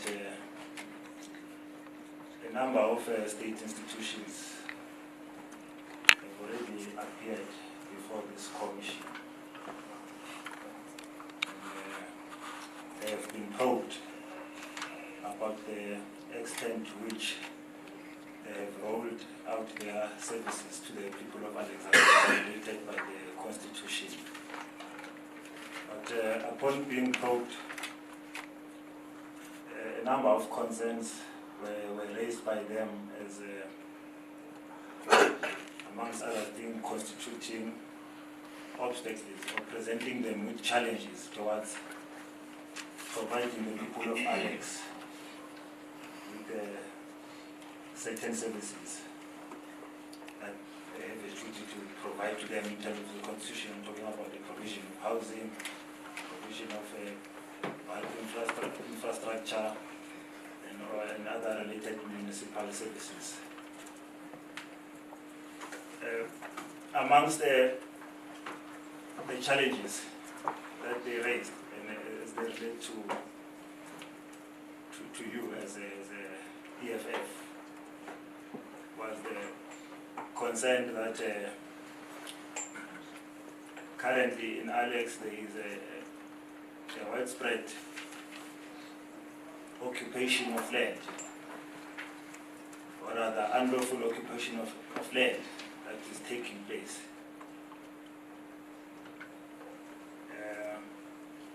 And according to the submission by these institutions,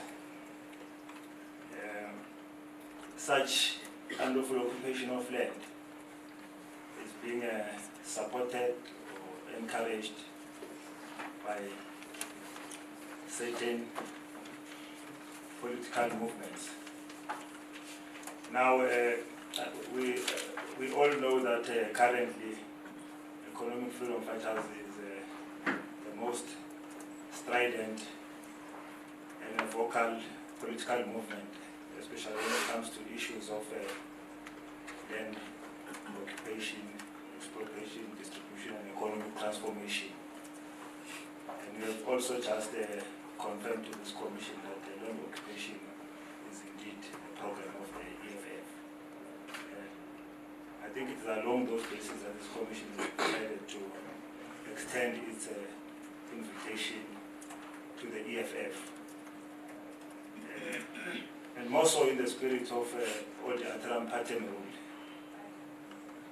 to hear the side of the story with regard to the challenges that are faced by certain institutions when it comes to providing the services to the people of Alexandra. I was just laying that background, but now I'll just go to the question now. My first question would be, say, would you confirm to this commission if the EFF has ever at any stage called upon people to occupy a particular piece of land in and around Alexandra, or supported any occupation of such land in and around Alexandra?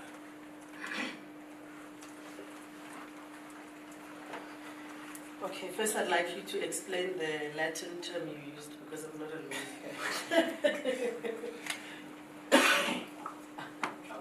Oh no, by Alexandra Pattern rule, I simply mean that our invitation that we extended to you was simply to give you an opportunity to respond to these challenges that were raised by this state institution as being obstacles to their delivery of the people level. So we are giving you an opportunity to rebut or confirm those challenges, if at all you are part of the obstacles that impedes them from delivering the services to the people of Alexandra, as it were.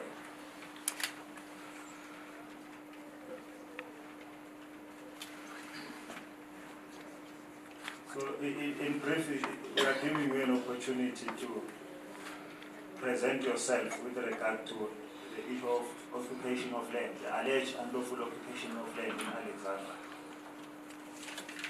Thank you for that explanation. I just want to reiterate that our program is land occupation, not unlawful land occupation.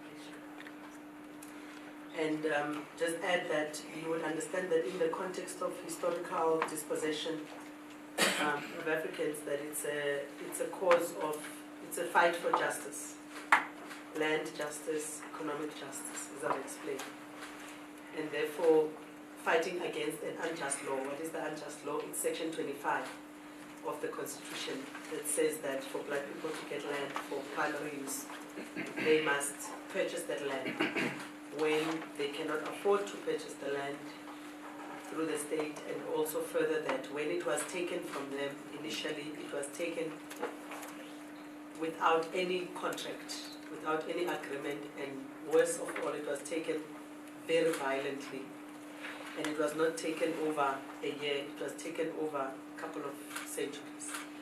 In fact, it continues to be taken to date. It's a pity because I must confine myself to your questions. I could open up a new discussion for you that proves that there are particularly white people in our province and other provinces who actually take land without paying for it. They simply come and put a fence around it and say, this is my land. And because of white privilege and black people being so scared of whites, they won't even ask, is this your land? And then of course the corruption that happens at the deeds office. You know about the corruption at the deeds office. You've received many complaints that it has become very difficult to work out, who owns what. But secondly, I want to also add that the Land and Rural Affairs Department did, I think in partnership with the deeds office, did a land audit. And I think the final, in preparation for the public consultation process into the Constitutional Review Committee to look at the motion that, the EFF motion that Parliament adopted for land expropriation without compensation. There was a report released that indicated the dire condition of lack of land for black people. That report is publicly available for everyone. That demonstrated that black people only had around 4% of the land, when black people in South Africa are way in excess of 40 million. And so it is with that background that I want to state that, yes, land occupation, not unlawful, but land occupation in the course of the fight for land is an EFF program, and we are not shy about that. And we've stated it many times. And I also, when I responded to your honorable colleague, Mrs. Sibot, that we will intensify that struggle. It's not likely to get easier for anyone until we attain what we believe the people deserve. So, challenges that the municipality or various state institutions are claiming they have in the relation to service delivery are just an insult to all of us. Because if they are claiming that the EFF's land occupation program is blocking them from delivering services, it's the most ridiculous thing you can ever even listen to, because the EFF was formed on the 26th of July 2013. White people arrived in South Africa in 1652 and started taking our land. The ANC took over government through a democratic vote in 1994. If you subtract 94 to 2013, you will get a result. There was no EFF there that they can claim blocked them. And throughout the land dispossession phases of this country over the last 376 years, black people have been forced to occupy land, like I explained previously. And history will absolve me if you read the history of how Soweto grew and all other townships. It will tell you clearly that Soweto grew as a result of land occupation and all other, if not majority, of black townships. And so, that's all I can say. People are looking for excuses not to do their work. People are looking for excuses to loot our people's money instead of using it very fast for services. The last point that I want to raise on that issue is that when we came with the other leadership and some PR councillors, other members of EFF, to the affected area on Friday, we started making contact with the leadership of the municipality in Joburg to ask them to ask disaster relief, the EMS, emergency medical services, as well as disaster relief, to come and assist us with basic things. When we made a call to other citizens to ask for blankets and food and basic clothes, disaster relief was able to bring those things. Late at night, I left Alexandra on Friday at around midnight and still left other leaders there. From just sheer exhaustion, I had to go. And then returned in the morning. When I left, I had received confirmation from the acting head of disaster management that they are on their way. They've gone to a warehouse to pick up certain items, and they are now on their way back to Alexandra. and I had to link them up with people who were there for the distribution, so that it's not a reckless distribution.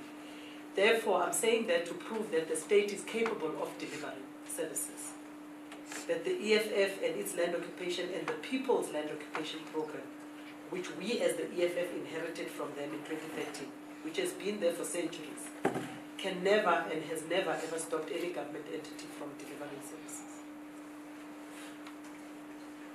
Thanks, but maybe I think I should give a bit of a context, because if maybe those institutions are listening to my line of questioning at the moment, they won't be pleased if I don't give the context under which they raise those challenges. In the main, it was alleged that the call for land occupation, and I'm going to deliberately avoid using the word unlawful, the call for land occupation results in informal settlement, and in areas that are environmentally sensitive, which as a municipality or provincial departments who has a duty to roll out the services to the people, are not able to rezone those areas, because more often than not, those areas are flood-prone areas, areas that are encumbered maybe along road and railway servitude, under high voltage lines, unstable land, or sometimes outside development boundary, and areas that pose a health and safety hazard to the people themselves.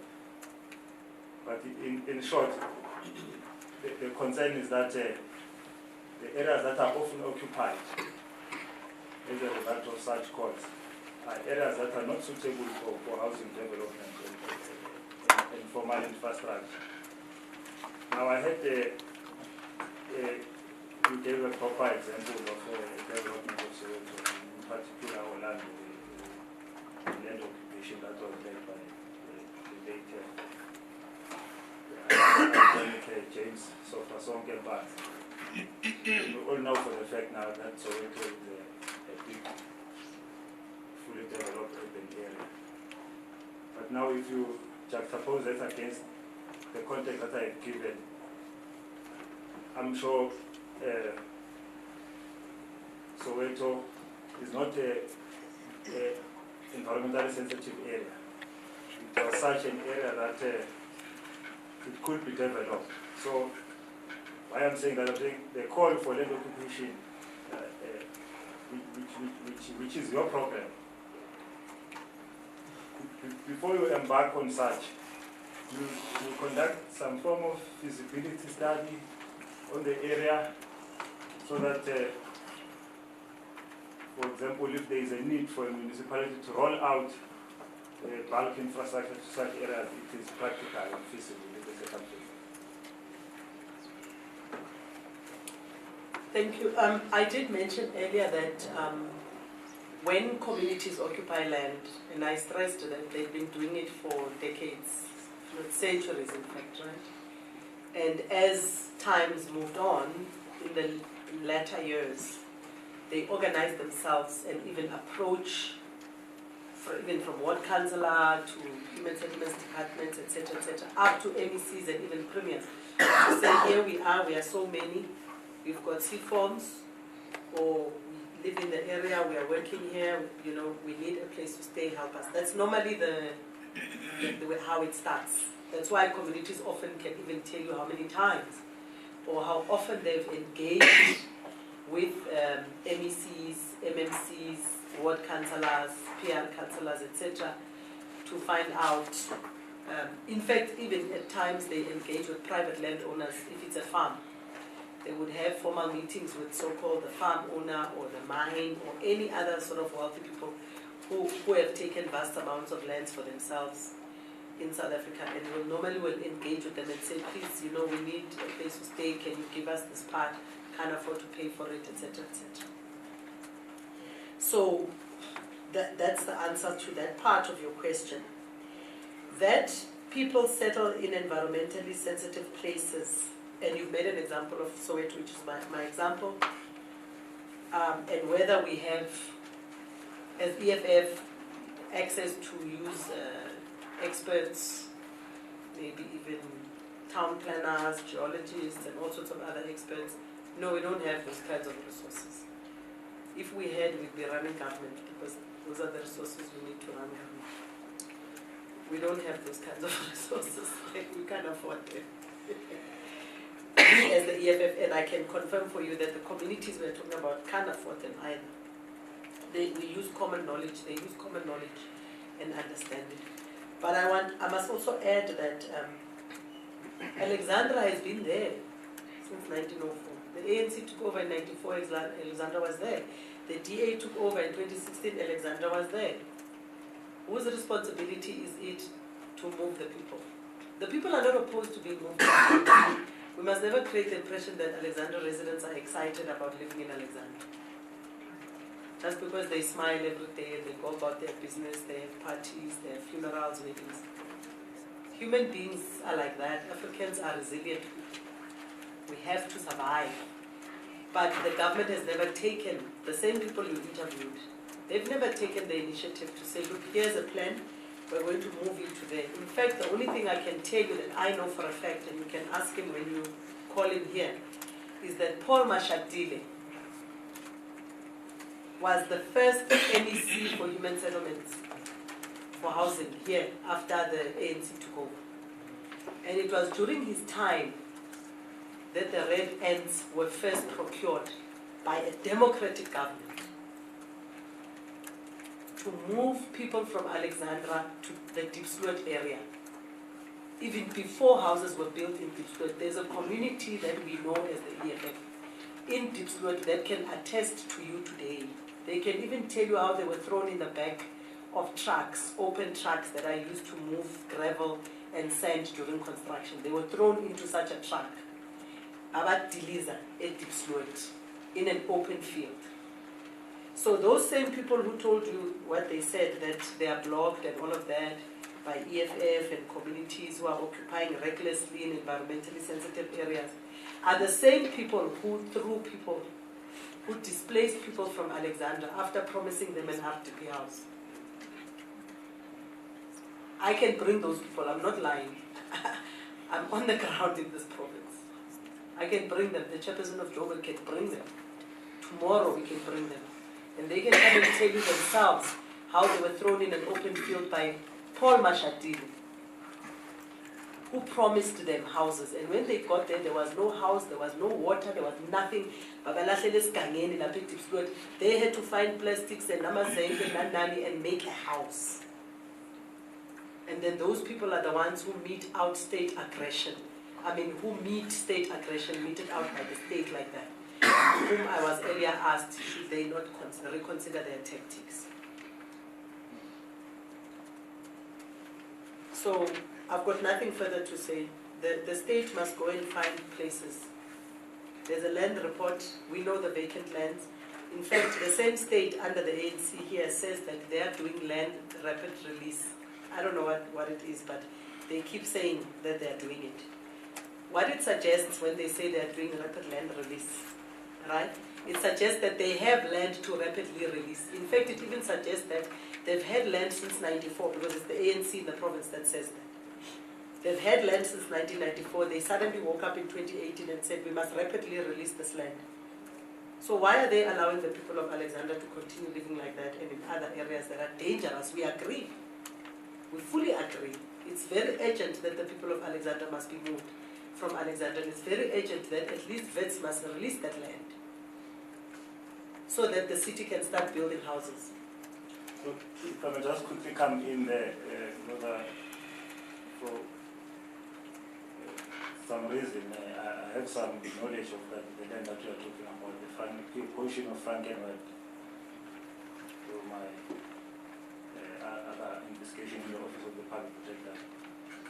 My understanding is that that portion of Frankenwald was donated to vets, and vets has since sold it to the business community who has earmarked that area for development of a mall.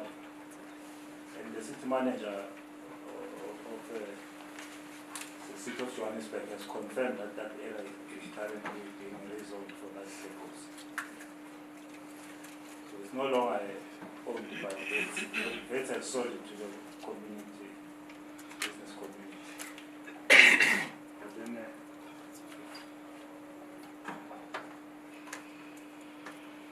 no, I was just raising that one because it's I think that piece of land is off the table.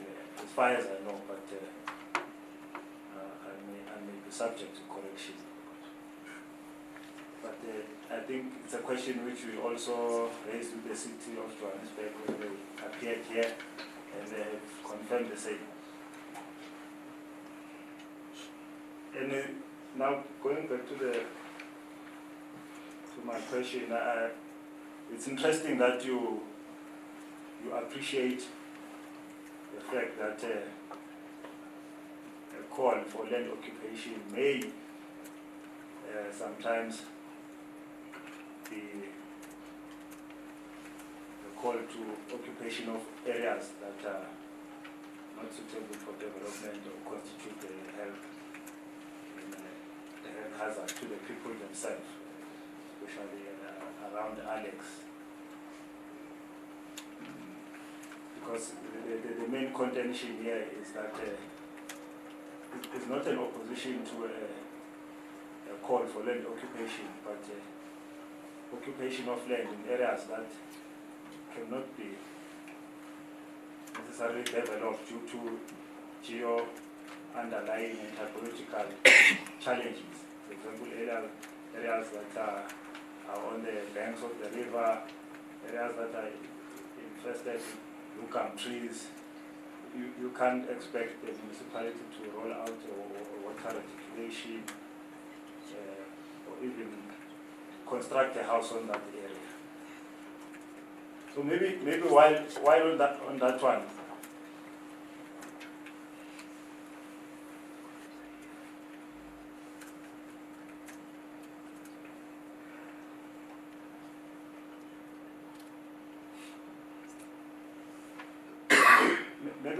while on that one, my question would be to ask now that in areas like areas that are on the flood zones, those areas are occupied by people. Would you still say that you support such occupation of land, despite the fact that such areas are not capable of being developed, and they continue to constitute a source of health hazard to the people staying in those areas themselves? Thank you. On your comment about vets, that's precisely the reason why we call it for land to be expropriated, because the reckless selling of land for profit interests, especially profit interests of shopping malls, that has been proven not to produce quality jobs for our people is a problem. The state needs to lead development in a responsible way. But let me leave it at that. And I'm not by any means saying that there must be no investment in land. There must be investment and jobs must be created, etc. Quality jobs. But to just arbitrarily sell land for profit interest and ignore the conditions of people is irresponsible. The EFF has never ever called for occupation of land in dangerous areas. We've never done that. We said that we called for land occupation based on the hunger for land that exists. We didn't create that hunger.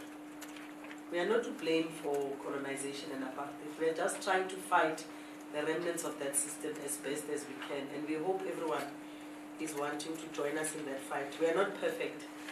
If citizens have inputs in terms of EFF positions and all of that, we always have stakeholder engagements with citizens and various sectors. They are welcome to do that. And on a daily basis, we receive inputs from citizens where they feel we are not doing the right thing. And we do. We're very democratic. We do take their inputs into consideration. You would know that our manifesto was drafted after extensive consultation with various stakeholders and communities. So we don't do as we wish. We do what people need and want us to do, based on our own, obviously, perspective as a socialist organization as well. So we definitely are not encouraging Stretla and that part of the Jackske River to be occupied. And we've never done that. Stretla has always been there before 2013. What we demanded, even in the legislature we have, we demanded from 2014 that people of Alexandra be found a suitable place. We did that many times in the legislature, through either questions to the Premier or questions to the Human Services Policy. We've done the same, like I said, in Johannesburg. I mentioned the Wits land because it's vacant and it's next to this place. So it's the easiest to make reference to.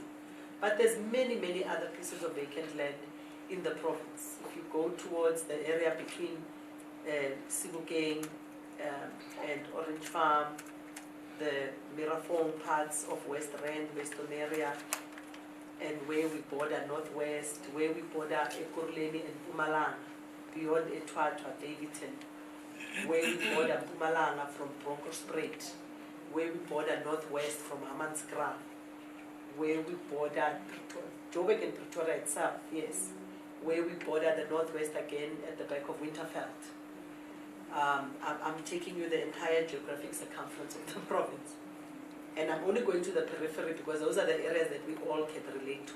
But even internally, there are many pieces of vacant land that have never been used. The point is not whether somebody owns the land. The point is whether the land is being productively used to benefit the citizens of this country, especially the poor black people who have never received a break in 376 years. So, it's not true that we've called for reckless occupation, and it's not true that we've asked people to occupy land in the West Rand, where the mines have destroyed land, where people's houses are cracking and the government doesn't want to help them. Those kinds of pieces of land, of course, we would never say people must go and live there. Where mines have left unrehabilitated mining areas. I don't even have to go to West Rand, here on the periphery of Meadowlands and River Lee. Go and look at the mining degradation there. Before state officials can come and lecture us about telling people to occupy dangerous pieces of land, what are they doing about calling the mining companies to come and correct the things they've done to destroy black people's homes around Kagiso, River Lee, Meadowlands, etc., here in Ekurhuleni, Germiston, and surrounding townships, where because of the blasts and all the mining activity, no one cares, the government doesn't care.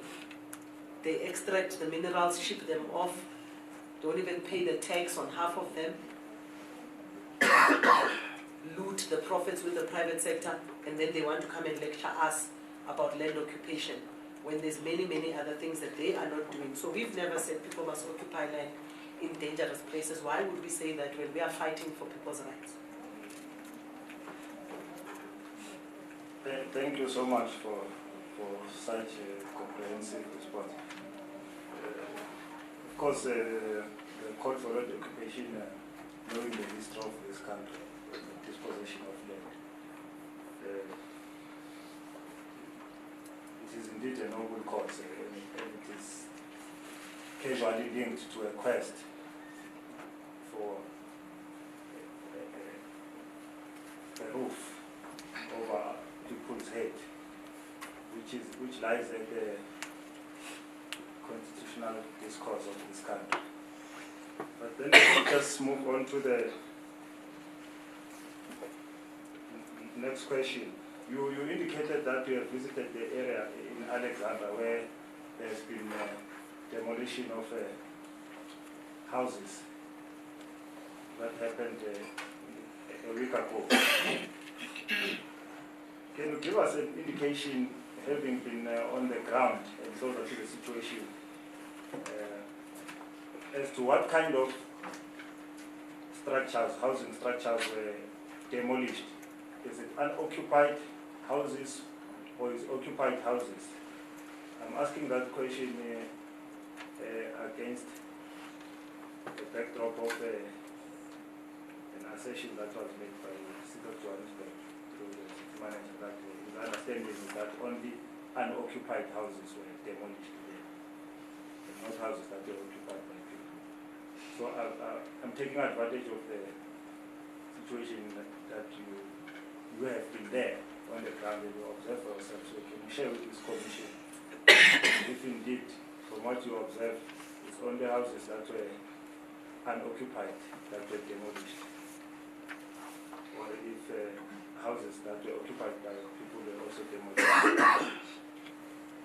I confirmed earlier that we have 163 houses that were occupied because we have a database of the occupants, the people who built those houses. And then between 30 and 40 that were still under construction and therefore could not have been occupied. And the only reason we couldn't confirm between 30 and 40 the precise number is because of how the demolition happened. And so we had to then, I think by now the community may have give us a more definitive number because they've had a chance to recollect each other and go back on the list and check who was allocated which stand. I'm saying that because remember that the area was demarcated and cut into stands and then allocated to deserving parties. And those people then went to building companies and banks to look for loans to buy the building material and build for themselves. So it was 163 that were occupied. We have evidence of it. We have a database of the people, and between 30 and 40 unoccupied. I might just add that, by the way, those houses were better than the houses that the state builds. Thanks for that critical information, and we'll obviously appreciate it even more if you can favor us with some statistical document to that extent. Then I'll just move now to my last question. This one is more of an open-ended question, but we greatly appreciate any sharing of information from the site. Do you perhaps got any other information relating to the Alexandra Renewal project itself that you may share with this commission? It's well understood and it's public knowledge that it's a project that was started way back in 2001 with a business plan of estimated budget of 1.7 million.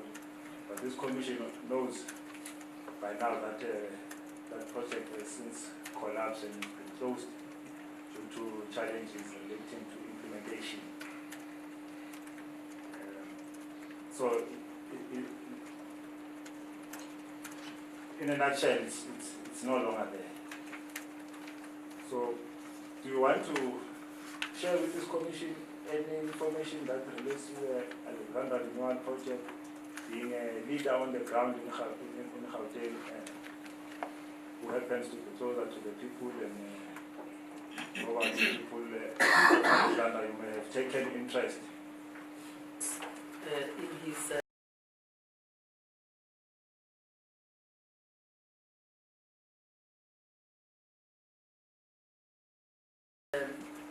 role, I think, as Premier at the time, and a political leader of the ANC, which was governing when they started the project. I just wanted to correct that it was not 1.7 billion that was budgeted, it was 1.7 billion. Oh yes, And of course, the traces of that money, you would help us a lot to follow, because even the people of Alexandra don't know what has happened with that money. They don't know what has happened with Alexandra Renewal project itself. The last thing is that I'm aware that the City of Joburg has instituted a forensic audit investigation into the Alexandra Renewal Project. Therefore, it would be best to also get from them the extent of their forensic investigation.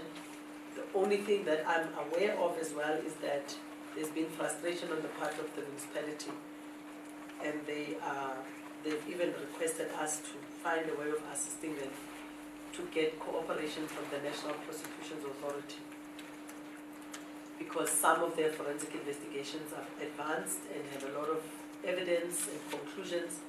The only thing they need is prosecution, and it looks like the NPA are dragging their feet or somehow believed to be reluctant to prosecute.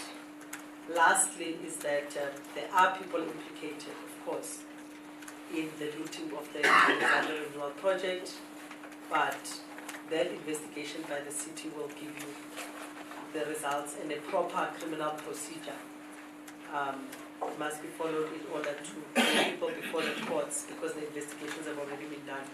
That is the only thing that we have to say on the Alexandra Renewal Project. The people who led the project must account for what has happened to the money and why the project has not yielded any results, tangible results for the citizens of Alexandra, who are the intended beneficiaries. Thanks. It's so interesting that you also mentioned that fraud cases were opened with the South African Police Service, Hawks. Who were the complainants of those cases? Is it the economic freedom fighters? Any other? I was just, sorry. Yes, I was just drawing a parallel between certain key projects that have been done where money has disappeared and there's no tangible outcome. The one particular case I'm referring to is the one into the artificial intelligence project under David Makura and Barbara Creasy, which the EFF opened with the Hawks, and we have the case number. We're happy to give you the details. But I also wanted to assure you that we will give you the database that you requested for the 163 houses. Oh, yes, we'll appreciate the inclusion of those case numbers so that we can follow up on them for ourselves. And thank you so much. That concludes questions from my side.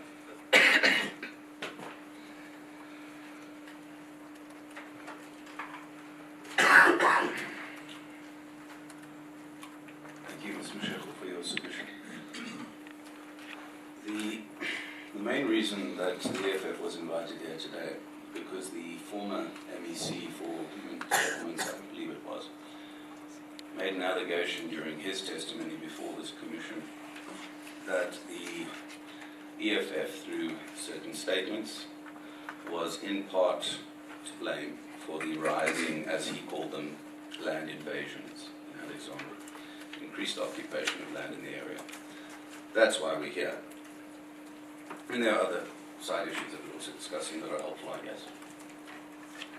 But the biggest question seems to be, why is the EFF advocating for people to commit unlawful acts?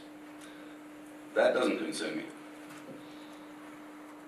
The problem is that when people occupy land, in Alexandra specifically, we know that the outcome is never good for them. We have a very good example of what happened now recently with the Red Ants and this eviction and demolition, and more investigation will be done. But if you occupy municipal land, you will be evicted from that land. Eventually, sooner rather than later often.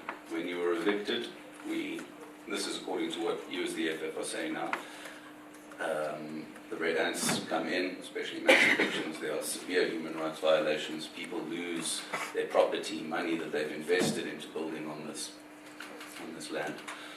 So there are severe legal consequences to occupying land. It's not as simple as if you see a piece of land occupied. What it should read is if you see a piece of land occupied, but note that in terms of Section 4 of the Prevention of Illegal Eviction Act, you may receive a notice, and so on and so forth. You may end up in the cold and be evicted probably in winter. These are severe consequences, and the allegations that we've received as the Commission is that we've got these people who are now unlawfully occupying land, regardless of your stance on whether it's constitutional or not, what the moral obligation of us as a society. No, I'm not sure why I even allowed, I think out of respect, I allowed all of you to ask me about occupation of land in Alex. Which land? Because I explained right in the beginning that if you go to Alexandra, you'll find houses on pavements. Those are illegal. You'll find 20 shacks in 1 yard. And then you'll find huge rats that look like cats. At night, if you don't know a rat, you see the rat and you think it's a cat. You change your mind once you see the tail and the face. And those rats are eating children. And it's for that reason that people must go and look for better places for themselves to stay. Because they have been failed by this society that you say, Mr. Du Plessis, has a moral obligation to its people. This society has never exercised its moral obligation to its people. Never. It has never ever exercised its moral obligation to black people, poor black people, even so-called black middle class. It doesn't satisfy its moral obligation to black middle class. Black middle class think they are wonderful because they are sitting in jobs. But those jobs are under threat most of the time. They don't even get promotions. White people walk into a job, after 3 months they are bosses. Black people must sit there for 5 years. So I don't know why we even talk about class division. Somebody earlier asked me about classes. There's no classes amongst black people. We are all poor. We are all one paycheck away from being in Alexandra. So I reject the notion that the EFF drove land occupation. I reject the notion that, and when I say drove, I mean initiated it. It's our policy, yes. It's our program, yes. We agree to that. But I reject that we originated it. We did not. I reject the notion that we originated it for frivolous reasons. We did not. The people occupy land because they need it. They are in desperate need of shelter. They are even willing to build their own houses, Mr. Du Plessis, like they did in in Extension 5 in Silvertown, in Ward 109, Alexandra, the area under discussion. They built those houses themselves. The main reason is that they will tell you themselves, they're sitting with C forms from 1996. They said to government, okay, it's clear you can't give us houses and you feel that we are pushing you too much. That's okay. Give us land with serviced stands, which is what EFF is saying. If we were governing, we would identify land, give people service stands, or even rebuild the old flats that are no longer habitable, right? Because we are living in a modern society. People can't get houses anymore. You have to be practical and build flats, for instance, right? But people are saying, okay, where there's land, we can build it ourselves. They've demonstrated it. And what did the state do?